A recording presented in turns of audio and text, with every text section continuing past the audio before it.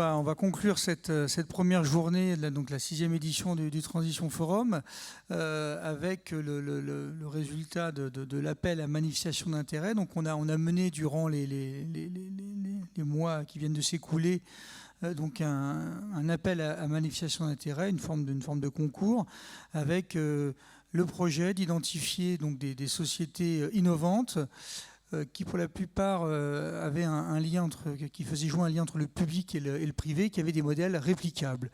Donc c'est la 3e année qu'on réalise cette AMI. On a eu, ça nous oblige à faire encore une la prochaine fois, mais on a grandi sans cesse le nombre de candidats. Donc on avait un peu plus de 200 candidats qui ont été analysés, traités par les équipes d'Aqua-Asset Management. On est arrivé à une vingtaine pas encore d'élus, en tout cas de sociétés sélectionnées. Et ensuite, on a sélectionné 5 sociétés qu'on va présenter très rapidement. Mais donc voilà, le but de cette AMI, c'est de faire émerger des projets réplicables, innovants et qui font appel à une coopération publique-privée.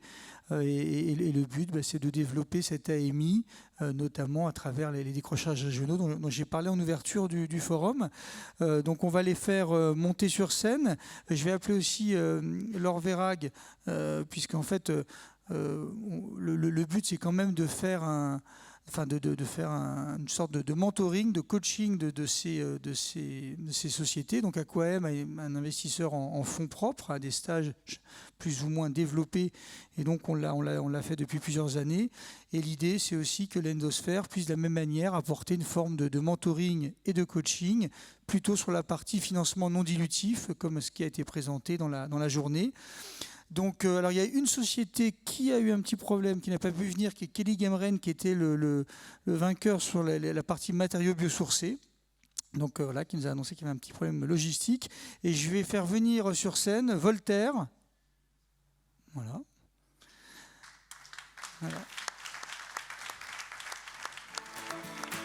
Winav, voilà.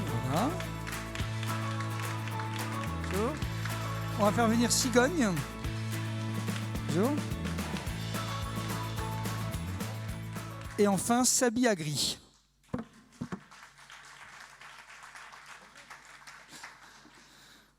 Alors, Sabi Agri, ah ben voilà. Bonjour. Voilà, donc les 4, il y a 5 lauréats, mais en tout cas 4 de lauréats de l'AMI de cette année.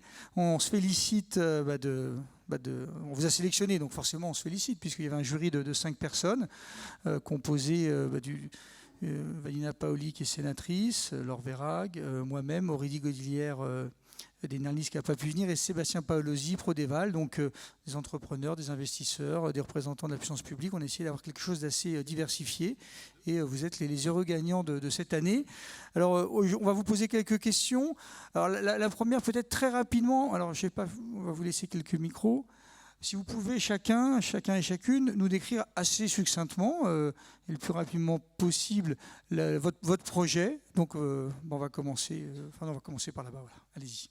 Voilà. Donc oui, bonsoir, donc Laure Prévost-Osmani, cofondatrice et directrice générale de Sabi Agri. Donc Sabi Agri, notre mission, c'est de décarboner l'agriculture, puisque nous concevons et fabriquons en France des agroéquipements électriques à destination de l'agroécologie. Concrètement, nous avons été les premiers à proposer des tracteurs électriques pour toutes les cultures spécialisées, et nous avons également des robots agricoles qui permettent pour la première fois de travailler en collaboration. Ça veut dire qu'un agriculteur aujourd'hui peut avoir son tracteur électrique Sabi Agri et travailler en parallèle avec ses différents robots et ainsi augmenter son débit de chantier, répondre à une problématique de main-d'œuvre, mais également, surtout, puisque nos machines sont extrêmement légères, préserver ses sols et donc permettre cette régénération. Donc on évite l'émission de CO2, mais grâce à la biodiversité et à la préservation des sols, nous stockons directement du CO2 dans les sols. Merci. Alors nous, on est Winav, donc c'est une start-up qui a été lancée l'année dernière. Et l'objectif, c'est de rétrofiter les bateaux et donc de décarboner l'espace, le secteur du nautisme. Et voilà. Je vous laisse la parole. Bonsoir à tous. Benoît de Kergorlet, société Cigogne. On a créé en 2021 avec 2 associés, donc la société Cigogne, qui a pour objectif de faire de la livraison des derniers kilomètres à vélo cargo avec des personnes en insertion.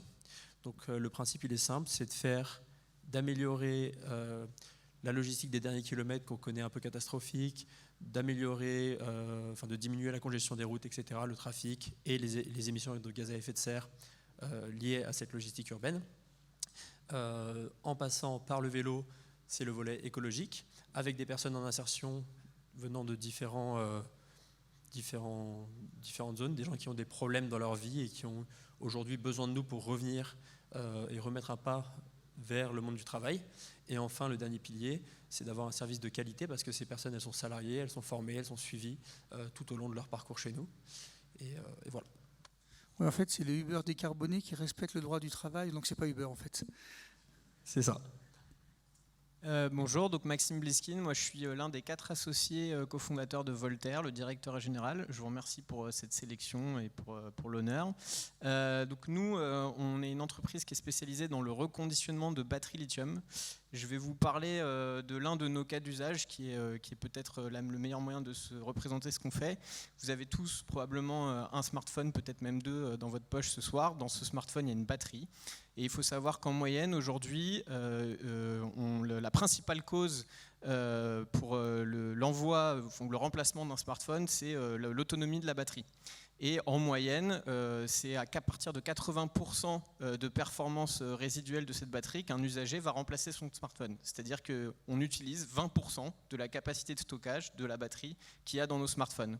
Et donc nous, tout simplement, qu'est-ce qu'on va faire ? On va venir récupérer ces batteries et on va exploiter les 80% d'énergie, de performance de stockage résiduelle en les redirigeant vers des applications de seconde vie qui sont moins exigeantes en termes de performance. On peut par exemple citer un terminal de paiement électronique qui est beaucoup moins exigeant qu'un smartphone. Et on va répliquer ça sur différentes applications, dans la micromobilité, dans tout ce qui est application portable. Voilà. Merci. Alors, une petite question additionnelle. Alors, pourquoi vous avez choisi finalement de répondre à cette AMI ? Qu'est-ce qui vous a motivé ? Je pense que l'important aujourd'hui dans la transition, c'est de montrer que tout le monde fait des pas et avance ensemble. Donc le principe justement de démontrer qu'une entreprise comme Sabi Agri, donc aujourd'hui on est 30 collaborateurs, on a à peu près une 70 machines de déployées sur la France et l'Europe. Je suis ambassadrice French Fab, alors du coup j'ai mis mon coq. Je suis aussi coprésidente de la French Tech Clermont-Auvergne et nous sommes coq vert. Donc j'ai fait ça, c'est pour BPI France. Mais du coup c'est aussi de montrer que tout ça c'est possible et qu'en fait ce n'est ni douloureux ni compliqué. Faire la transition, c'est avant tout apporter des solutions concrètes à des problèmes très basiques, mais vraiment à proposer quelque chose de concret. Donc c'est pour ça que cette AMI répondait évidemment parfaitement à cela. Impeccable. Alors la même question pour vous ? Nous, c'est à peu près la même chose. Et aussi, on se retrouvait pas mal dans les objectifs et la vision de l'AMI. Et on voulait... on comprenait... comment dire on était d'accord et on avait la même vision qui était pour aller vers une transition un peu plus responsable et un monde plus vert et plus sain. Merci. Je pense que nos réponses vont être relativement similaires, nos 4 réponses. L'idée et pourquoi on a candidaté à l'AMI, c'est de faire connaître le milieu de la logistique en décarboné, en responsable. Aujourd'hui, le milieu de la logistique, c'est un milieu c'est une vieille machine qui est contraire et qui ne va pas du tout dans le sens des objectifs de développement durable et de ville durable. Et en candidatant à cette AMI, l'idée c'était de montrer que c'était possible, qu'il pouvait y avoir des projets qui coordonnaient tout ça. Et donc ça nous permettait de vous rencontrer, de rencontrer aussi d'autres projets ayant les mêmes objectifs et la même vision, et donc de trouver des potentiels partenaires, des collaborateurs, etc. Je ne vais pas être très innovant là du coup, parce que mes prédécesseurs ont invoqué les principales raisons, mais de manière très triviale, en tant que start-up plus ou moins avancée, c'est important pour nous de profiter de toutes les tribunes qui s'offrent à nous pour mettre en avant les enjeux qu'on porte et pour nouer des nouveaux partenariats, que ce soit en amont, en aval de la chaîne de valeur. Donc voilà, n'hésitez pas à nous solliciter derrière pour des opportunités. Merci. Alors moi je me disais bien qu'il y avait quelqu'un qui dirait que c'était par hasard, mais finalement non, pas de hasard, donc impeccable. Dernière question peut-être ? La dernière question, c'est hors financement, hors levée de fonds, quels sont les besoins majeurs identifiés pour accompagner votre croissance aujourd'hui ? Concrètement, aujourd'hui, comme je disais, on a mis beaucoup de choses en place chez Sabi Agri.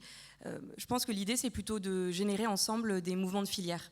Puisque du coup, forcément, je propose des tracteurs et des robots pour les agriculteurs, mais il y a toute la démarche avec les agriculteurs de comment ils vont pouvoir eux-mêmes réaliser leur transition et changer leurs pratiques culturelles. Donc en réalité, je pense que c'est vraiment un premier pas pour se dire comment est-ce qu'on fait bouger ensemble les filières.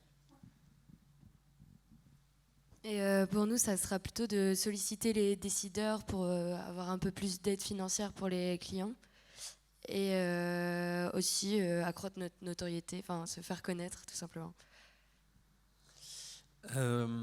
Alors chez Cigogne, on est preneur de toute aide possible. Donc si elle n'est pas financière, ça peut être une aide de conseil, de se faire connaître, de la notoriété, de rencontrer des gens, des partenaires. Je le disais tout à l'heure, de rencontrer des startups et des jeunes personnes, enfin plus ou moins jeunes d'ailleurs, qui ont des projets et les mêmes visions. C'est hyper intéressant, ça permet de travailler à une vision commune, parce que je pense que, enfin, on va tous dans le même sens, on cherche tous à aller dans le même sens aujourd'hui, et ce sens, c'est une société plus responsable.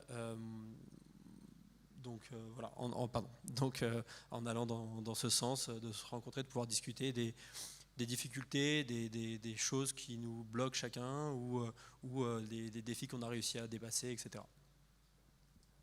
Et moi, je vais rebondir sur ce qu'a dit Madame Blanc de l'ADEME tout à l'heure en parlant de la loi AGEC. Alors, on parlait des plastiques, mais la loi AGEC, évidemment, elle est aussi à la vocation à traiter toutes les REP, toutes les responsabilités élargies des producteurs. Il y a une REP pile et accumulateur dont les batteries font partie.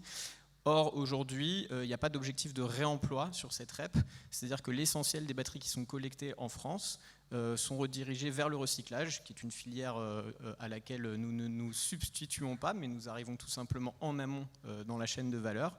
Les batteries que nous reconditionnons vont être recyclées à l'issue de leur seconde vie ou de leur troisième vie. Et donc il y a un vrai enjeu à rediriger une partie du flux des batteries usagées qui sont collectées vers les filières de réemploi, créer un agrément du réemploi avec des entreprises qui travaillent dans les normes et qui œuvrent justement pour la décarbonation de ce marché. Voilà. Merci beaucoup. Je vous demande de les applaudir, parce qu'ils étaient 200, ils sont plus que 4. Voilà, merci beaucoup. Merci. Merci. Bon. Voilà, donc on arrive à la fin de cette première journée. Alors peut-être que juste ce qu'on peut rajouter, c'est qu'aujourd'hui, comme on l'a dit, Aquaem, comme il l'a fait ces dernières années, jouera un rôle de mentoring pour ces sociétés, si on peut justement les aider à mieux appréhender les enjeux préalables à des levées de fonds. L'Endosphère jouera le même rôle sur le financement non dilutif. Et s'il y a des acteurs, que ce soit du conseil, enfin en tout cas tout autre sujet, qui sont intéressés pour l'AMI l'année prochaine pour venir jouer ce même rôle de support, eh ben, ils seront les bienvenus, ils peuvent me contacter.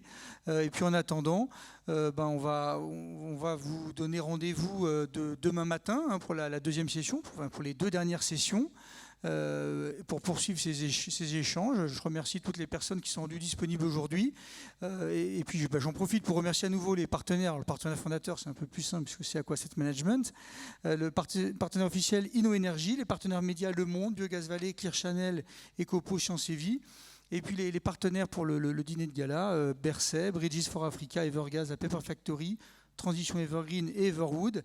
Et puis vous pouvez accéder, alors normalement il y a, hop, et voilà, vous pouvez accéder au QR code pour le questionnaire de satisfaction et pour nous donner votre rendu sur cette première journée et sur cette première journée de forum. Et puis ce sera la même chose demain. Donc encore une fois, merci pour cette première journée. Merci à tous les intervenants. Merci aussi à l'audience et aux questions. Et en attendant, je vous souhaite une bonne soirée et je vous dis à demain matin. Merci beaucoup.